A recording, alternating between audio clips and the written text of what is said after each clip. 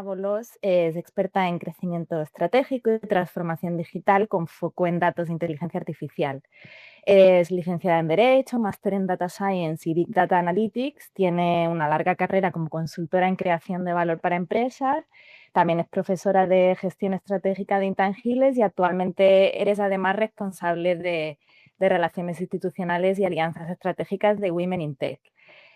Bueno, muchas gracias antes que nada por sumarte a este espacio.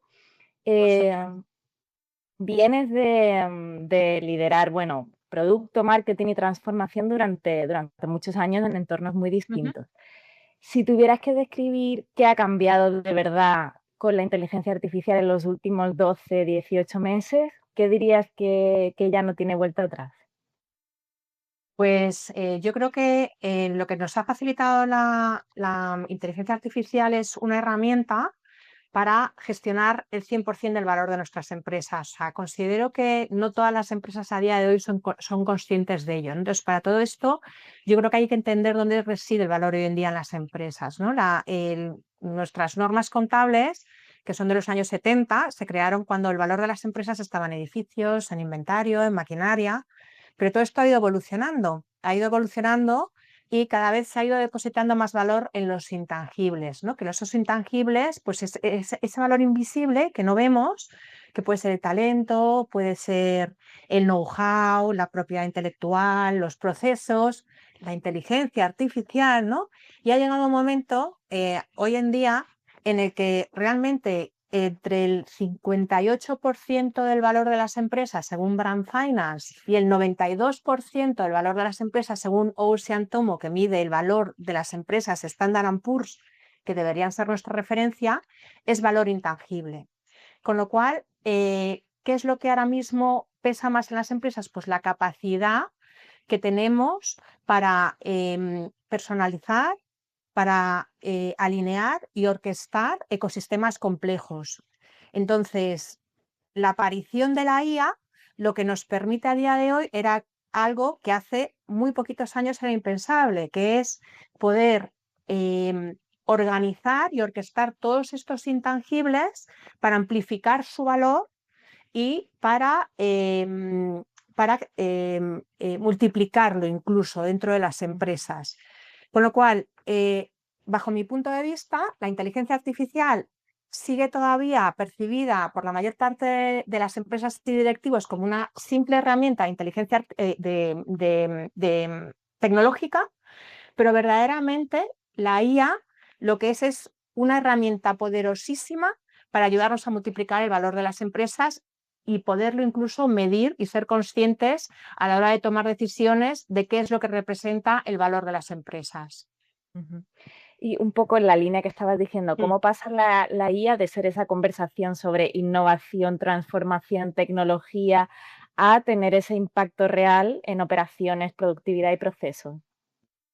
Pues mira, realmente el impacto es no verla simplemente como una herramienta para facilitar y acelerar los procesos o el conocimiento, sino como un enfoque en transformación de una organización, haciendo que se pueda hacer un rediseño completo de los workflows de las organizaciones, ayudándonos a capacitar a todos nuestros empleados para que puedan utilizar esa tecnología de la manera más adecuada para verdaderamente conseguir eficiencia, y además ayudándonos a crear sistemas de conocimiento que nos ayuden no solo a capturar el conocimiento actual, sino a poderlo reutilizar en el futuro.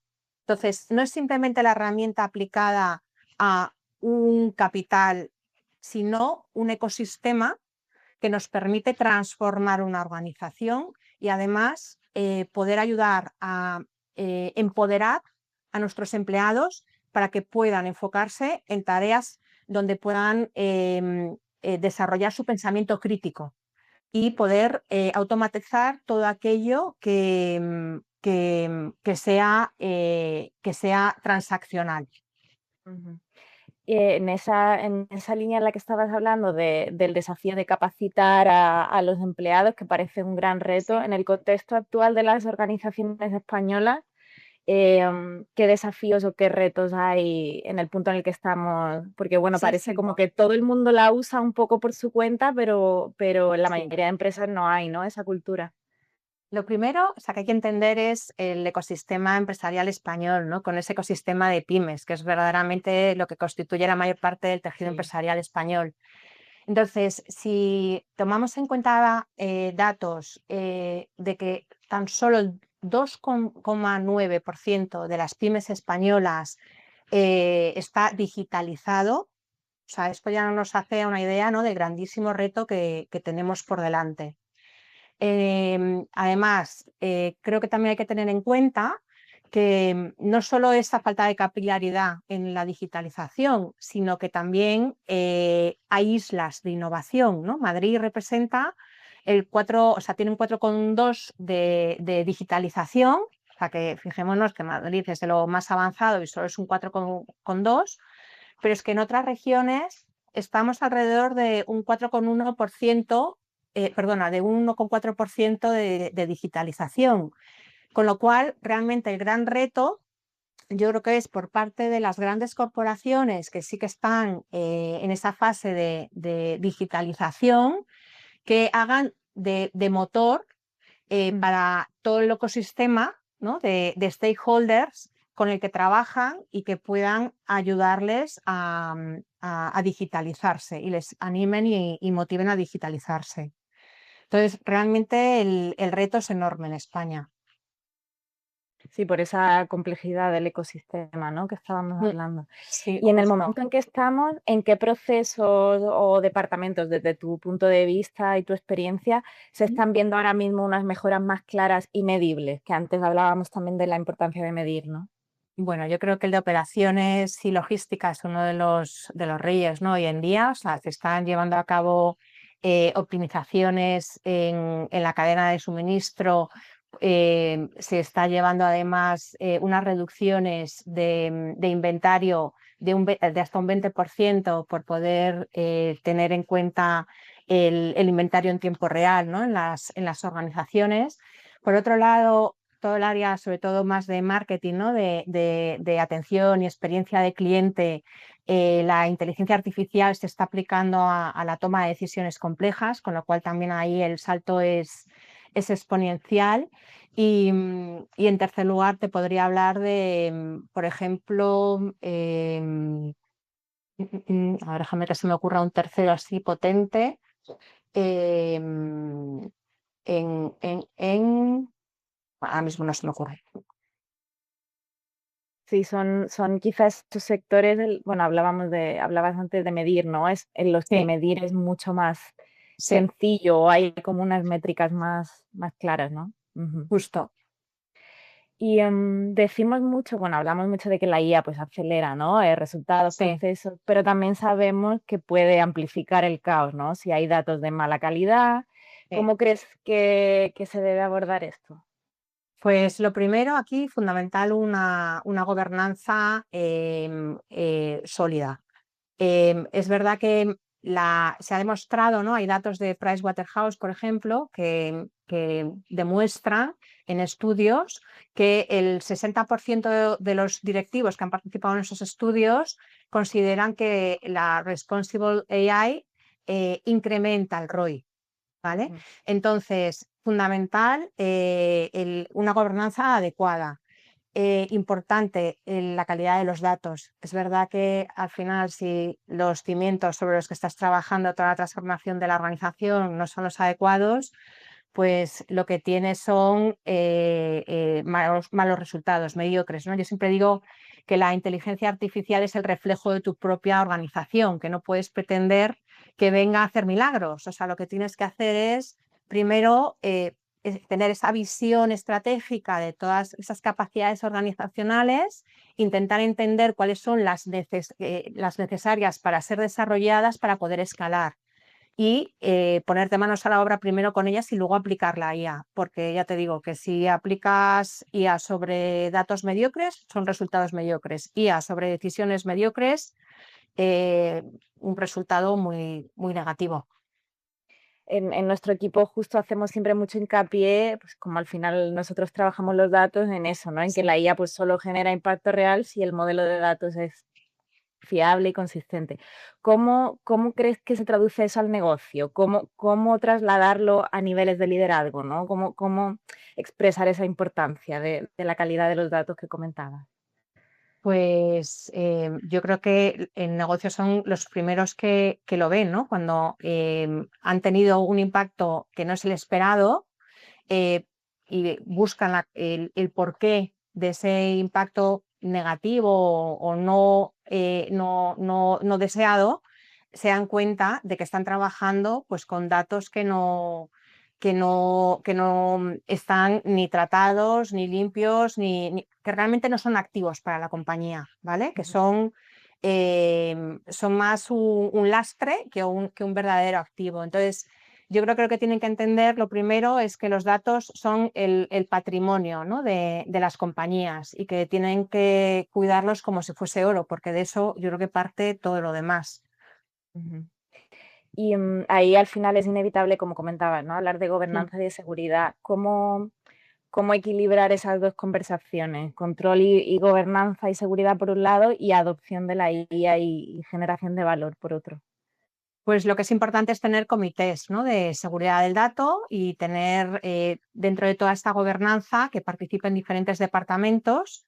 Es verdad que yo creo que, de hecho, es una tendencia, ¿no? que el 56% de las organizaciones están trasladando desde los departamentos de riesgo a los equipos de primera línea el control de la gobernanza de las compañías, porque son aquellos que pueden diseñar de una manera más adecuada cómo tener una gobernanza con calidad, ¿no? de todos esos datos y todos esos sistemas y procesos. Entonces, me parece importante que haya una formación adecuada, ¿no? a todos los equipos, o sea, no solo capacitarles, sino formarles acerca de la responsabilidad que tienen con el uso de esos datos, porque al final un mal uso de la tecnología o de los datos lo que hace es tener un impacto directo en la confianza de la compañía y es un impacto reputacional importante que es muy difícil de subsanar. Claro, en esta conversación, no lo hemos mencionado, pero en esta conversación de IA y datos entra también el aspecto comunicativo, reputacional, ¿no? También de Justo, imagen. justo, justo. De hecho, bajo mi punto de vista, la reputación de una compañía es el activo más valioso que tiene una compañía y la inteligencia artificial hoy en día creo que es el guardián o el garante con un buen uso y una gobernanza adecuada de la generación de confianza para que incremente la reputación de una compañía. Con lo cual, para mí la inteligencia artificial, ya te digo, es una pieza clave, pero que es como un activo intangible que realmente es el garante reputacional de las empresas. Y hablando de datos también, en uno de tus últimos posts de LinkedIn Sí, hablabas del cambio en, sí, en las organizaciones que va a traer la llegada de los agentes, ¿no? De la IA agéntica. justo. Desde ese punto de vista de operaciones y negocio, ¿qué crees que cambia realmente cuando la IA ya empieza a actuar dentro de los procesos? Pues, o sea, me parece, o sea, en primer lugar, creo que cuando estamos hablando de Agentic AI, lo que primero que tenemos que tener en cuenta es el cambio en la gobernanza. O sea, ya hay que evolucionar a una gobernanza moderna. Ya en un agente que lo que hace es autoejecutar, tú no puedes tener una supervisión a posteriori. Lo que tienes que hacer es codificar esa gobernanza en los algoritmos para que esos propios agentes se autosupervisen y evitar pues, esos impactos negativos luego en la pata de la confianza, ¿no? de las empresas y ese impacto reputacional. Pero obviamente yo creo que va a ser un cambio radical a la hora de hablar de capital humano, ¿no? Porque lo que va a hacer es que todas esas actividades y operaciones más transaccionales puedan ser automatizadas y que los empleados se empoderen y estén mucho más motivados, ¿no? O sea, que ese intangible, que es ese capital humano, ese talento, realmente genere muchísimo más valor en las compañías porque puede aplicar, va a tener más tiempo para pensar, para crear, para aplicar su pensamiento crítico, ¿no? a las diferentes operaciones, con lo cual yo creo que se va a generar muchísimo más valor gracias a la implementación de los agentes. Mm. Sí, ese es otro de los temas, ¿no? De los grandes temas de Sí. la IA, el factor humano, cómo va a afectar a la incorporación, a los distintos perfiles. ¿Cómo crees que va a cambiar esto en los próximos años? Un poco en la línea que estabas comentando. Pues mira, a día de hoy yo creo que tiene una pinta horrible, ¿no? Porque, o sea, leía, leía datos, ¿no? Que, por ejemplo, ya hay datos y cifras de que en Estados Unidos, por ejemplo, se han reducido ya las contrataciones de entry level en un 35% desde 2023, o sea, que es una barbaridad, ¿no? Con lo cual, esas nuevas generaciones, todo ese talento junior, pues lo va a tener muy complicado para acceder a puestos de trabajo. O sea, lo que bajo mi punto de vista es una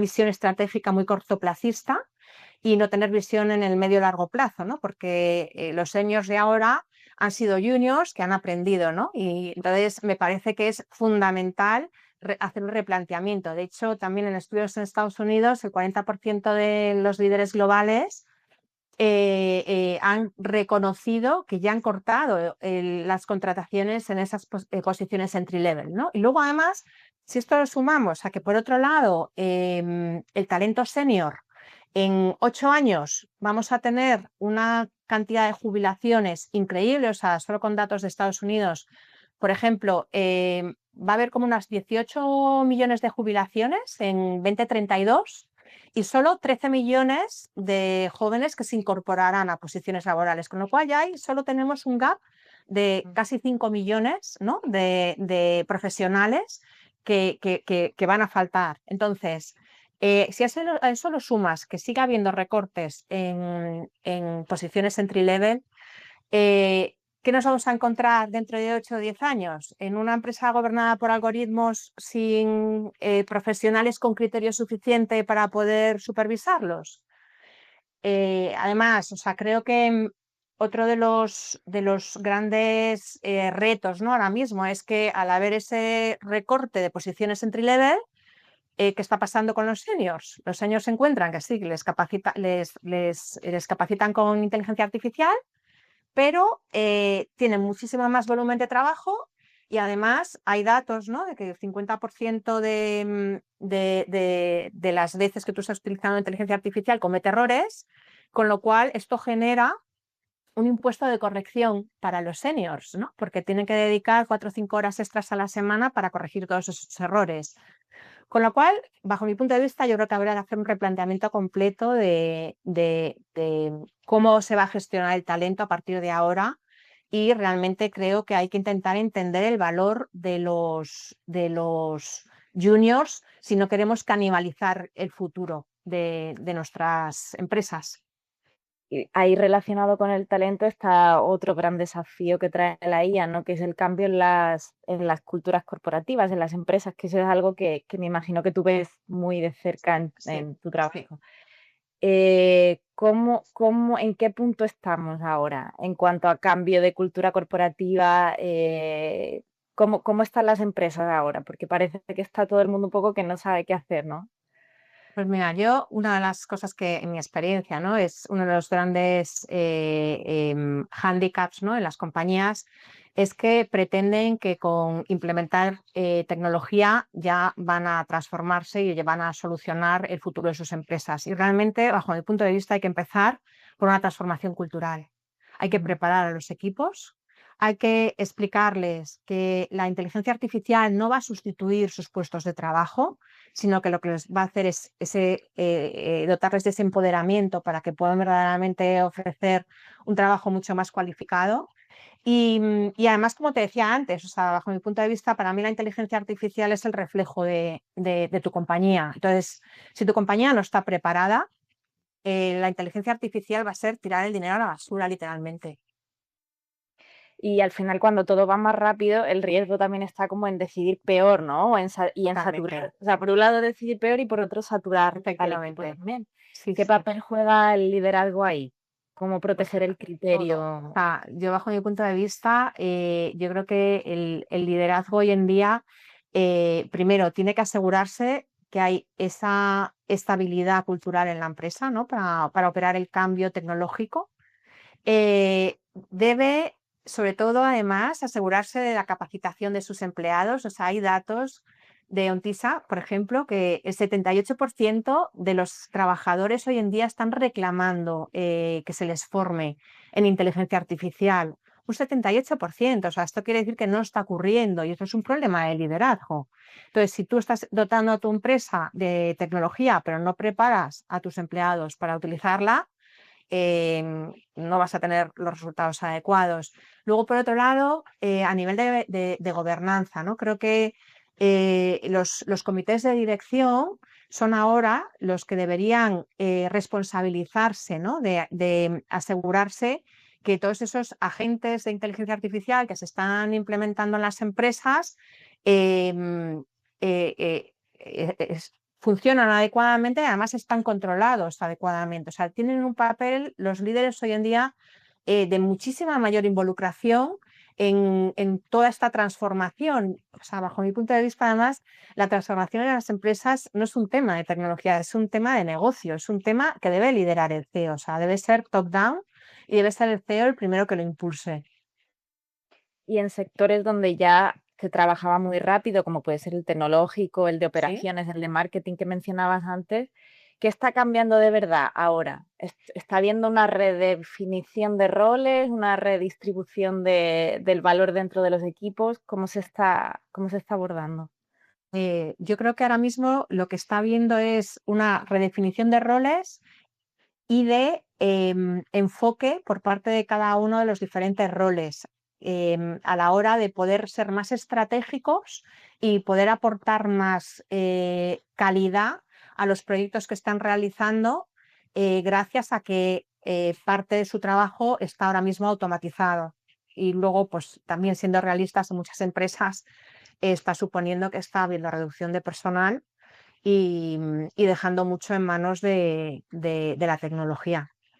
Esto en esos sectores yo creo que están especialmente tocados ahora mismo por esos recortes de plantilla. Sí, hay, claro, hay una pata colectiva empresarial de cultura y hay otra pata individual, ¿no? Entonces, Justo, um, justo.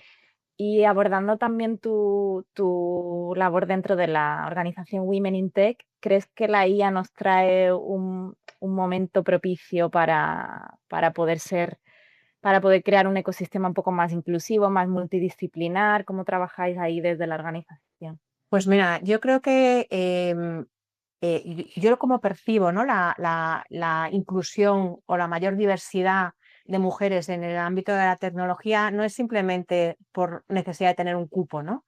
Mm. Sino porque creo que representa una ventaja competitiva para las empresas, porque verdaderamente ofrecer una visión distinta, o sea, hombres y mujeres somos diferentes, nos guste o no, y las visiones son muy diferentes. Entonces creo que enriquece mucho tener equipos lo más diversos y multidisciplinares posibles a cualquier organización, a cualquier estrategia. Entonces, consideramos que hay que empujar e impulsar la inclusión de las mujeres en este ámbito. Es verdad que yo creo que todo parte mucho de los sesgos que nosotros mismos como padres les generamos, ¿no? De pequeños.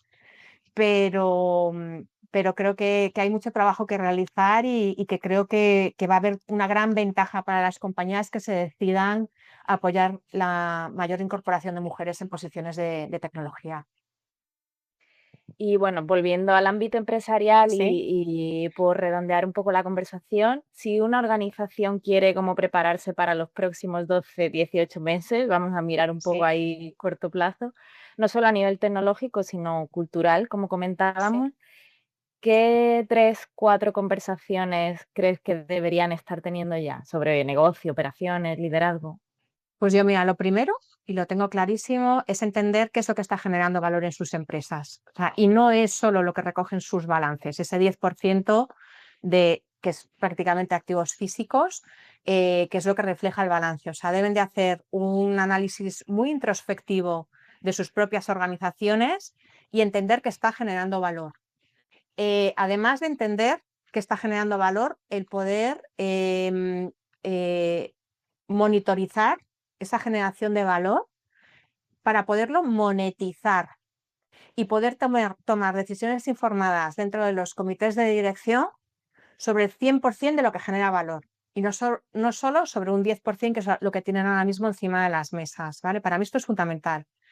Obviamente aquí la inteligencia artificial, ¿no? Que es una de esas grandes patas que generan valor, es otra conversación, el cómo sobre esas diferentes capacidades organizacionales identificadas, cómo puede impactar la inteligencia artificial para ayudar a escalar a las organizaciones. Pero realmente ahora mismo la eficiencia se mide en el time to value, no por la rapidez de implementación ni cuántos pilotos implementes, sino por ese time to value con respecto a esas capacidades organizacionales. Entonces, es la siguiente fase, no implementar inteligencia artificial por implementar, sino hacerlo con enfoque en generación de valor. Y por último, creo que es el cómo, para mí, el capital humano, que es el fundamental y el que hace que las organizaciones lleguen a donde llegan, me parece que hay que también, dentro de esa pata cultural, el cómo empoderar cada vez más a tus empleados. Pues muchas gracias, Liliana. Nada, a ti. Ya para terminar, ¿alguna Sí. predicción bueno, de todo esto que hemos estado hablando de cara a este año? Que parece que todo está, bueno, hay mucha conversación. ¿Cómo lo ves? Pues yo, creo que hay dos grandes tendencias, que una es la de los agentes de inteligencia artificial y ese cambio y evolución a una gobernanza moderna que sea una gobernanza por diseño, codificada. Y por otro lado, el enfoque no solo en eficiencia, sino en crecimiento de innovación. De hecho, según un estudio de McKinsey, el 50% de las empresas high performance están enfocándose no solo en eficiencia, sino también en growth e innovación. Con lo cual me parece que son, yo creo que los dos grandes enfoques que deben de tener las empresas hoy en día. Pues muchísimas gracias por la Muchísimas conversación, por darnos esa visión de negocio, de cultura, de operaciones y por sumarte al espacio. gracias a ti, Alaya.